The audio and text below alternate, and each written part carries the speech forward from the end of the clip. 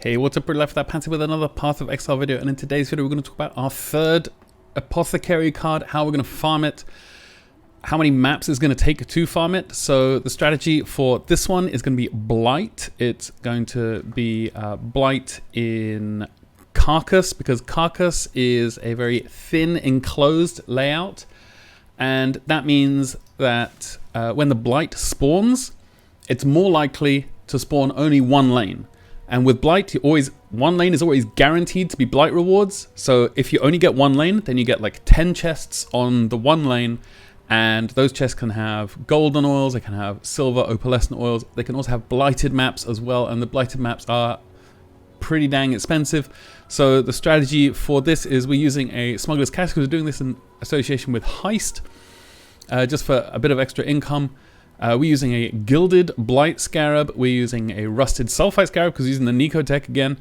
We're taking a couple of sacrifice fragments. These cost very, very little. We're alking, chiseling, and varling our maps.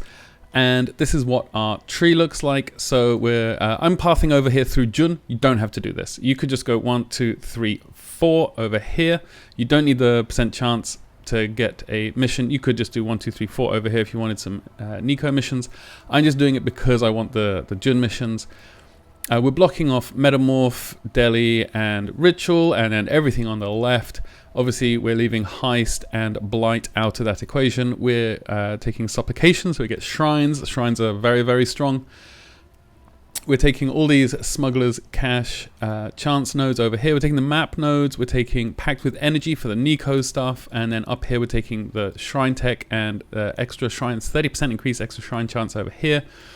We're taking Friends in High Places, so we get more likelihood to have precious and high value targets. And then more likely to have level 3 jobs, because that means more likely that Gianna can run the contract, whatever drops. And then over here we're taking Blight Spawn, so chance to contain an additional oil extractor. This is really good because you can get jewelry to drop, and the jewelry can have an anoint already on it, and you can use the oil extractor on that jewelry and take one of the oils out. And I have my loot filter set up so that I take out, it highlights for me silver and golden oil anointed rings, and you can set this up in Filterblade. Just go to Filterblade and type in oil extractor in or anoint, I think, in the search, and it'll show you how to do it. Casing in the joint, so we get more chance to get blueprints, and no one amongst thieves, so we get even more chance to proc lots of Smuggler's Caches. We're taking Distilled Fungus and all these, so we get additional Blight jewelry, so that's more of those anointed jewelry for us. Sturdy Construction, so this just makes the Blight easier. You could take Cassia's Pride if you want. I have not tried it, but I find that Blight bugs for me frequently. Other people don't seem to have this problem, and that makes me sad. But I find that it bugs for me frequently, and the towers just, it doesn't matter how much damage the towers are doing if a rare monster is just gonna walk straight through it. So I just elected to keep my damage about me. We're taking the Finer Arts, so 100% more likely to require Agility, Deception, or Engineering, so it's more Gianna contracts, and then Epidemiology, and the rest of this. So they've got the Lucky Blight chest stuff over here. So Lucky on the Blight on any chest means that it's going to roll the rewards twice and take the best one. So if it rolls a Crimson Oil and a Opalescent Oil, it's going to drop the Opalescent Oil instead of the Crimson Oil. And then Dutiful Soldier, so we've got Huck Tech, so lots of chance to contain Smuggler's Cache, and then Huck joins us in the map. And then we've got the Blight Wheel around here, so Immune Response, so 50% more non-unique monsters, and it's just lots and lots of extra mobs. Big pump drops. So what does this look like in a map? I'm just gonna put one of these on here, and then we go and chuck all these in and put this in, and I'm just taking this. I'm not taking anything on the map device. There's nothing here I'd really want to pair with it. Perhaps Domination, because then you get the shrine buffs, but honestly, I don't like the Carcass layout. I don't like it. It's not my favorite map. It's not even my 30th favorite map. I did something like this before with Toxic Sewers. That was, oh man, that was a joy, because Toxic Sewers is a good layout. It's basically a figure 8.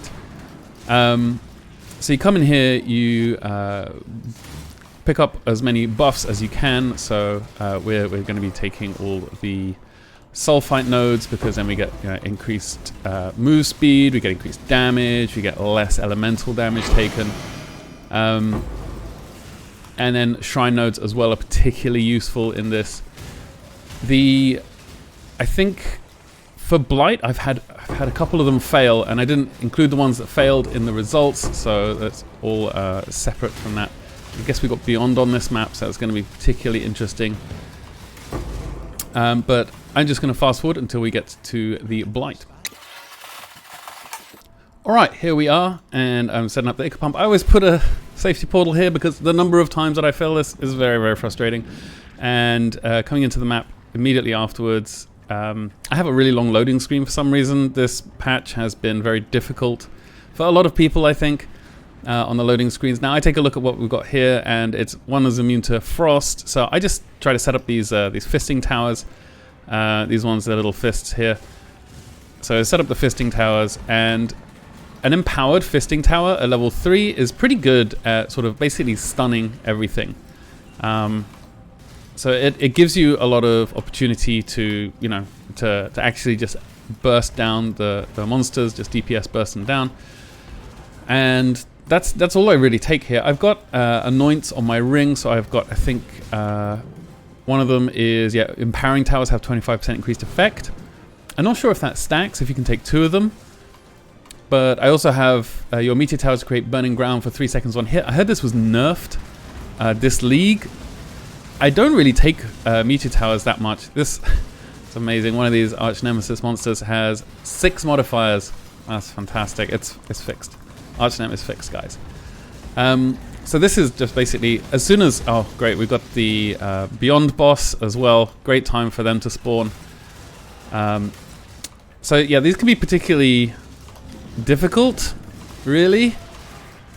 I failed. I think we did 66 maps, and or actually 71 maps, but I failed 5 of them. 5 Blight encounters. So I didn't include the failed ones in the loot. So I just separated all that stuff. So it just basically cost me a bunch of stuff in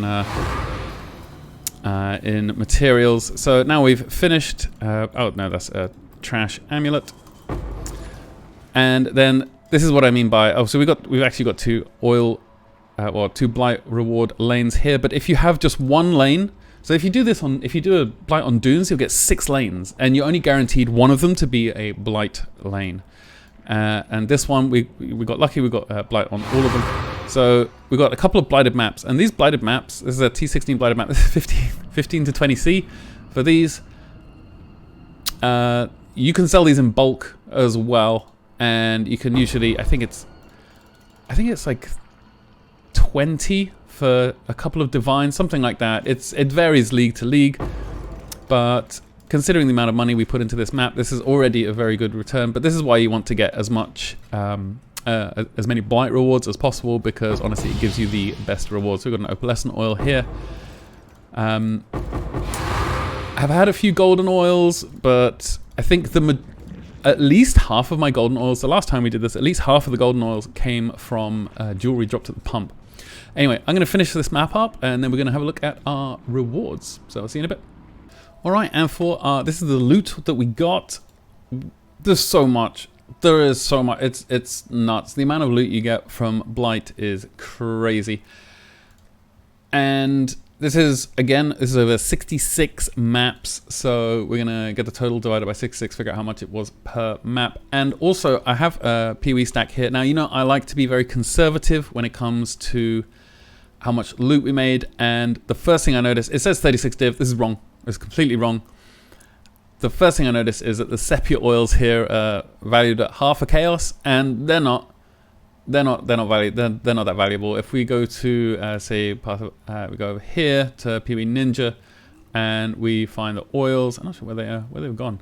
Here we go, and they're 0.1. Basically, Crimson is where it's at. So what I'm going to do is I'm going to upgrade all of these oils into Crimson.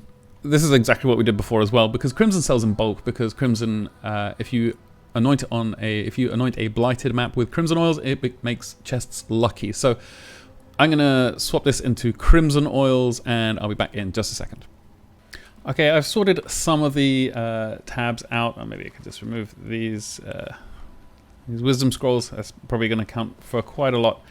But just so we can see here, we got, I think it's 138 as 1, 2, 3, 4, 5, 6 minus 1, 2, yeah, minus 6. So 6 times 24 minus 6 is 138.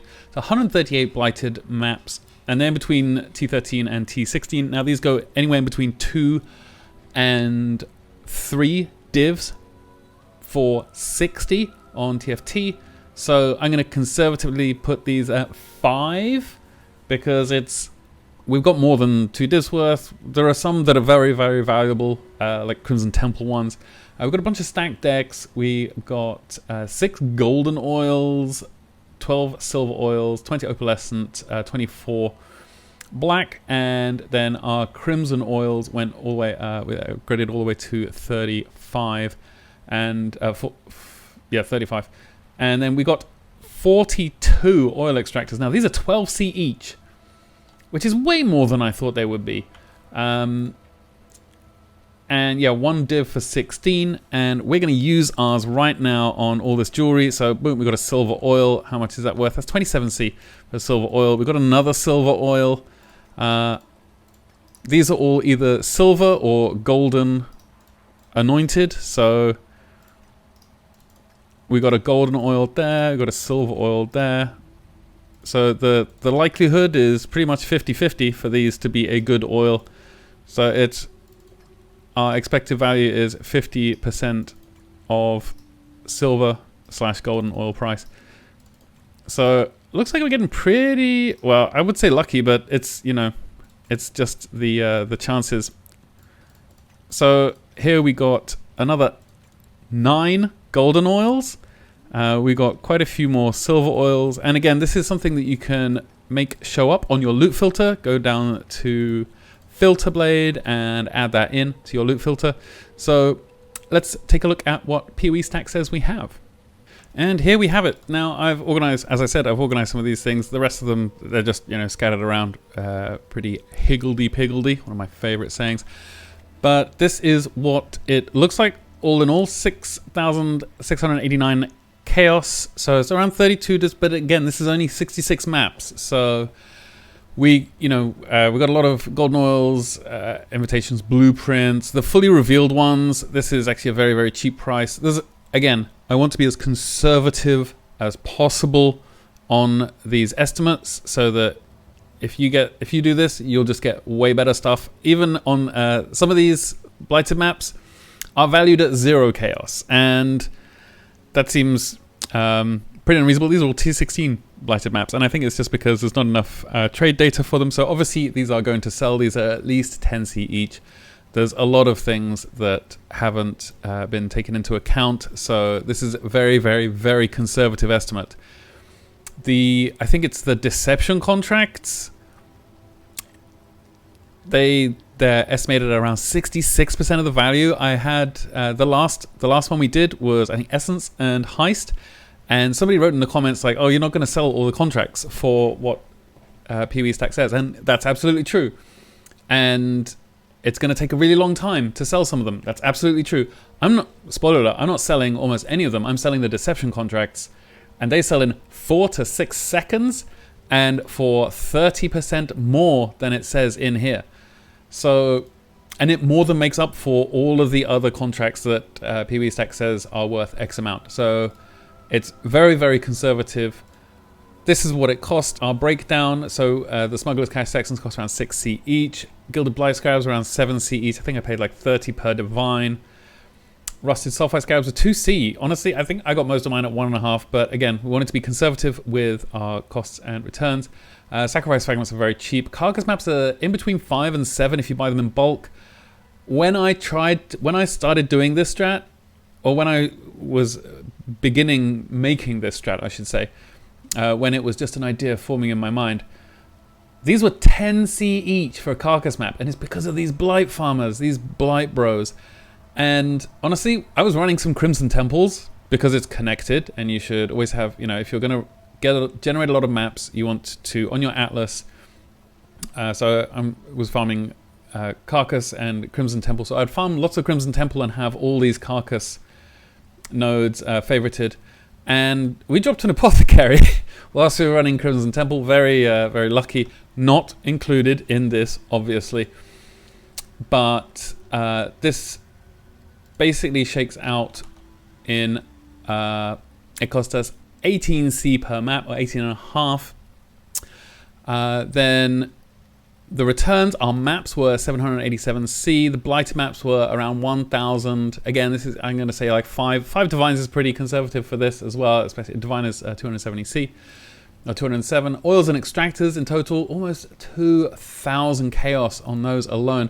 And Blueprints and Contracts around almost 900 Chaos there. The rest of the Bubblegum Currency and Invites and other stuff like that, that came in at around 2,000 C. So that brings us at 689 Chaos total. So 32 Div returned from 66 maps.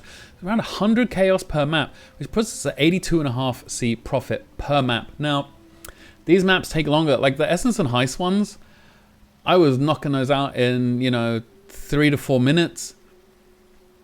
Probably 4 minutes. And these, I just don't like the Carcass layout. I don't like it. So these came at 82C, but it took us about twice the time to do it. These would take 7 to 8 minutes. And I really love Toxic Sewer as a map. It's very high mob density. It's a very predictable layout. It's really good for Blight. I really like Blight, but I don't like Blight in this one. I don't like it here. I don't like it. But yeah, so this is what it's looking like. This puts us around 130 C. In fact, let's go and have a look. So let's go and see how much an Apothecary card is costing now. So it's 11,100 Chaos. So 11,100 divided by 82.5 is around 133 maps you're going to take to be able to farm an Apothecary card with this. So I mean, the cards are going up, but again, and you know, golden oils came down in price. I think they were 63 when I started. Oh, okay, they've been yeah, they've been going up and down a bit. They went down to 59 for a bit.